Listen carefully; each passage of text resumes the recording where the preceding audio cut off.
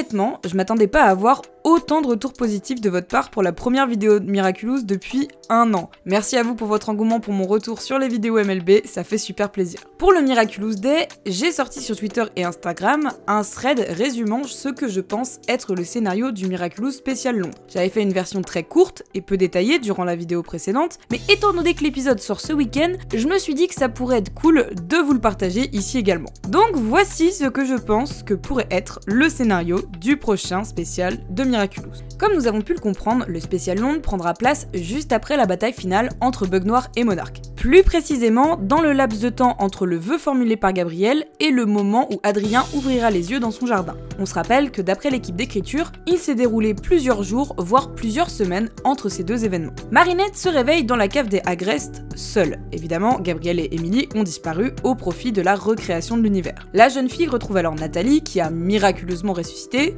selon le principe de l'échange équivalent, une vie pour une vie. Notre héroïne se transforme en Bug Noir, alors que Nathalie la conduit au repère de Monarque, là où elle pourra alors délivrer les Kwami, mais également voir où Adrien et Kagami sont actuellement retenus dans leur prison blanche à Londres. Utilisant la Cosmosuit, l'héroïne se rend donc dans la capitale anglaise afin de libérer ses amis, mais également avec la lourde tâche d'annoncer à son petit ami que son père est malheureusement décédé. À ce moment précis, Marinette décide d'aller dans le sens des dernières volontés de Gabriel et donc de mentir à Adrien. Même si cela est contre ses valeurs, elle dit donc au jeune homme que son père était un héros.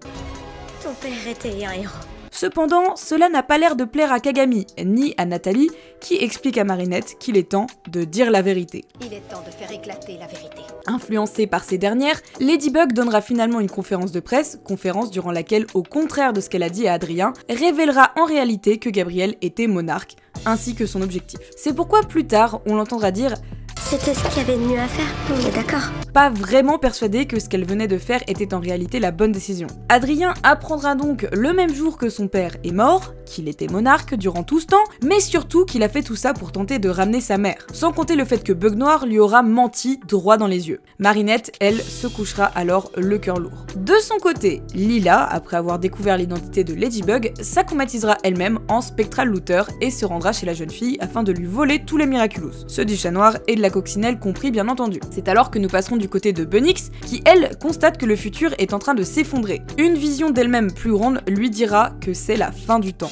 Marinette, elle, se réveille en sursaut, c'est alors qu'elle voit que quelqu'un a prononcé un vœu, et donc par extension qu'elle n'a plus ses Miraculous. L'héroïne lapin attire alors la jeune fille dans le terrier afin de comprendre ce qu'il se passe et surtout trouver un moyen de régler la situation. Elle ira d'ailleurs récupérer ses Miraculous dans le passé afin de pouvoir devenir Chronobug. Bunix et elle vont alors fouiller le passé, autant qu'elles le peuvent, afin de découvrir qui a découvert l'identité de Ladybug. Il s'agira en réalité de Time Stalker, un akumatisé. C'est ainsi que les jeunes filles comprendront qu'un nouveau porteur du papillon sévit. Elles découvriront que Time Stalker a noté l'identité de Ladybug dans un carnet avant de le faire parvenir au nouveau papillon. Leur but sera donc d'intercepter ce carnet et de découvrir l'identité de cet akumatisé afin que tout rentre dans l'ordre. Elles découvriront alors que l'akumatisé n'est nul d'autre qu'Adrien, qui était rempli d'émotions négatives après cette rude journée, le nouveau papillon l'ayant convaincu qu'il pourrait ramener ses parents s'il lui permettait de faire un vœu. Peut-être même lui dira-t-il qu'il créera une réalité où ses parents et lui seraient heureux. Chronobug et Bunix penseront d'abord qu'il faut venir à bout de Time Stalker et l'empêcher de remettre le carnet au nouveau porteur. Mais se rendront compte que la solution est bien plus radicale. Marinette doit s'empêcher de révéler le secret de Gabriel. En effet, la révélation de ce secret n'affecterait pas seulement Adrien,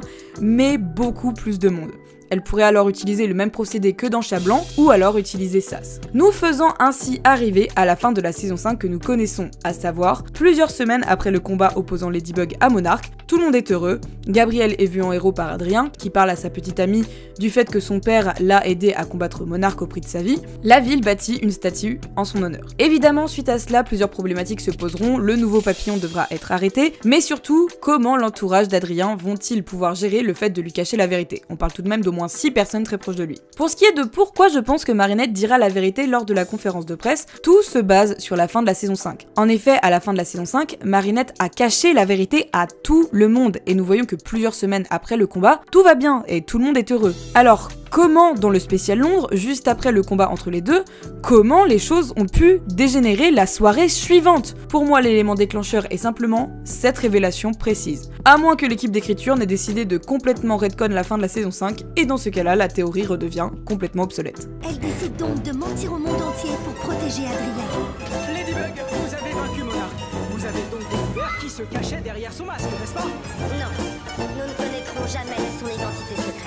Merci à tous les membres de la chaîne et tous les abonnés qui offrent des subs à chaque live ou chaque première, c'est grâce à vous si la chaîne est financée en partie. Si la vidéo vous a plu, n'hésitez pas à vous abonner pour plus de contenu et l'averse et plus encore. N'hésitez pas non plus à laisser un like ou un commentaire, ça fait toujours plaisir. Pour plus d'actualités, vous pouvez me suivre sur Instagram et Twitter, des réseaux sur lesquels je suis très active, ou encore rejoindre le serveur Discord de la chaîne. Merci d'être toujours plus nombreux et de supporter mon travail. On se retrouve très vite pour de nouvelles vidéos, restez à l'écoute.